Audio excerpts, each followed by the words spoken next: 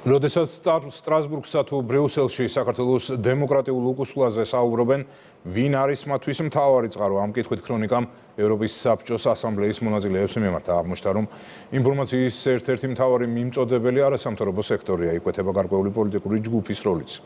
ევროპის საბჭოს საპარლამენტო ასამბლეის საგაზაფხულო სესიაში საქართველოს დელეგაცია არ მონაწილეობს. ხელისუფლებამ ქართული დელეგაციის უფლებამოსილების დათქმის აღიარების გამო ასამბლეიდან გასვლა გასულ წელს გადაწყვიტა.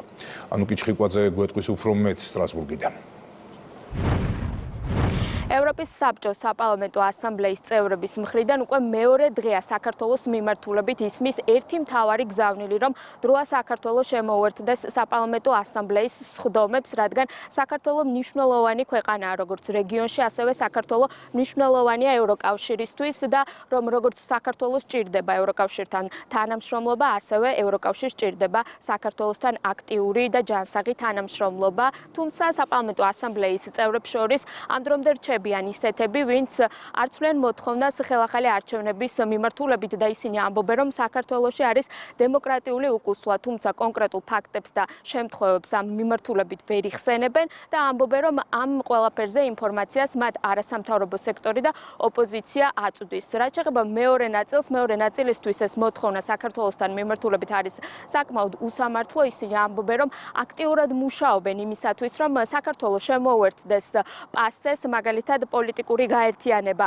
ევროპელი კონსერვატორების პრეზიდენტი დღეს ჩვენთან საუბრისას ამბობდა იმას, რომ ის მართავს შეხვედრებს როგორც ასამბლეის წევრებთან, ასევე ევროპის საბჭოს ხელმძღვანელობასთან, მათ შორის შეხვდა გენმდივანს იმისათვის, რომ ევროპული საბჭოს საპარლამენტო ასამბლეამ გამონახოს გზები, რომ საქართველო დაუბრუნდეს ყოველგვარი დათქმებისა და მოთხოვნების გარეშე საპარლამენტო ასამბლეის სხდომებს.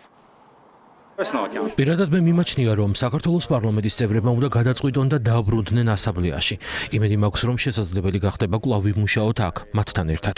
როდესაც საუბრობთ საქართველოში დემოკრატიულ უკუსვლაზე, ვინ არის თქვენი მთავარი წყარო? სხვადასხვა ინსტიტუციის წარმომადგენლები ასევე არიან არასამთავრობო ორგანიზაციები და მათ თავისუფლად შეუძლიათ აქ მოსვლა. ფაქტების წარმოდგენა, იმის ჩვენება, რაც მათ მიაჩნიათ მნიშვნელოვნად, ან შეშფოთების საგნად. ეუთა ოდირის დასკვნაში წერია, რომ არჩევნები იყო კონკურენტული და მნიშვნელოვანი დარღვევები არ გამოვლენილა. მაშინ რატომ არის საჭირო ახალი არჩევნების ჩატარება? არსებობდა რამდენიმე ორგანიზაციის სხვადასხვა ანგარიში, ასევე განცხადებები სხვადასხვა მხარეებსა და პოლიტიკური ჯგუფებისგან. საბოლოოდ გადაწყვეტილება ყოველთვის უნდა ეკუთვნოდეს ქართველ ხალხს, თუმცა ასევე მნიშვნელოვანია, რომ მოვუსმინოთ ჩვენი პარტნიორებისა და მეგობრების შეშფოთებებს სხვადასხვა ქვეყნიდან. ძალიან გვიხარია, რომ ქართული მედია მაინც არის წარმოდგენილი საპარლამენტო ასამბლეაში, რადგან აქ გვაკლია საქართველოს დელეგაცია. ევროპელი კონსერვატორებისა და პატრიოტების ჯგუფი, რომელსაც მე ვეკუთვნი, მზად არის მაქსიმალურად სწრაფად დააბრუნოს საქართველოს პარლამენტის წევრები ასამბლეაში. ეს ჩვენი მხრიდან ძალიან მკაფი ოპოზიციაა. იმედი გვაქვს, რომ საქართველოს პოლიტიკური სტაბილურობის გასაძლიერებლად წარმომადგენლები შეძლებენ დაბრუნებას და არ უნდა არსებობდეს წინაპირობა ახალი არჩევნების ჩატარების შესახებ. საქართველომ უნდა მოძებნოს გზა დაბრუნებისთვის, ხოლო პარლამენტის წარმომადგენლებმაც უნდა გამოიყენონ შესაძლებლობა, რომ კვლავ ჩაერთონ ამ პროცესში. საქართველოში უნდა გაკეთდეს გარკვეული ნაბიჯები გარკვეული წესების და სტანდარტების მიმართულებით. იმედი მაქვს ერთ დღეს საქართველოს შეძლებს დაბრუნდეს ევროპის საბჭოში, რადგან ასევე დარწმუნებული ვარ, რომ საქართველო მნიშვნელოვანი პარტნიორია ევროკავშირისთვის. რომელ კანონებზეა საუბარი, რომელი საჭიროებს ცვლილებას? ფიქრობ შესაძლოა საუბარი უმცირესობებზე. იყო გარკვეული პრობლემები LGBT თემთან დაკავშირებით. ვფიქრობ ჩვენ უნდა ვიყოთ პარტნიორები. უნდა ვილაპარაკოთ ერთმანეთთან, მაგრამ კვლავ ვამბობ, პირველ რიგში უნდა განხორციელდეს გარკვეული ცვლილებები. გეოპოლიტიკური თვალსაზრისითაც საქართველო მნიშვნელოვანი ქვეყანაა.